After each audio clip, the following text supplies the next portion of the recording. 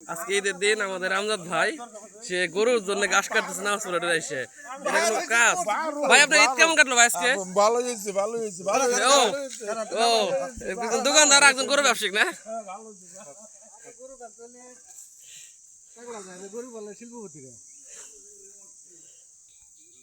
আসসালামু আলাইকুম ভাই বাহ ভাই ঈদ কেমন কাটলো আপনার পান কয়টা খাইছেন আজকে দিন করে ভাই আপনার ঈদ কেমন কাটলো আলহামদুলিল্লাহ ঈদ মুবারক সবাইকে ঈদ মুবারক আজকের ঈদ খুব সুন্দর এবং সঠিকভাবে কাটলো আমাদের ঈদগাহ মাঠে নামাজ পড়ে দোকানে আসলাম চা খাইতে সবাইকে গোলাগালি করে ঈদ উদযাপন করলাম সবাই ভালো থাকবেন সুস্থ থাকবেন আপনাদের ঈদ কেমন কাটলো সবাই জানাবেন ধন্যবাদ সবাইকে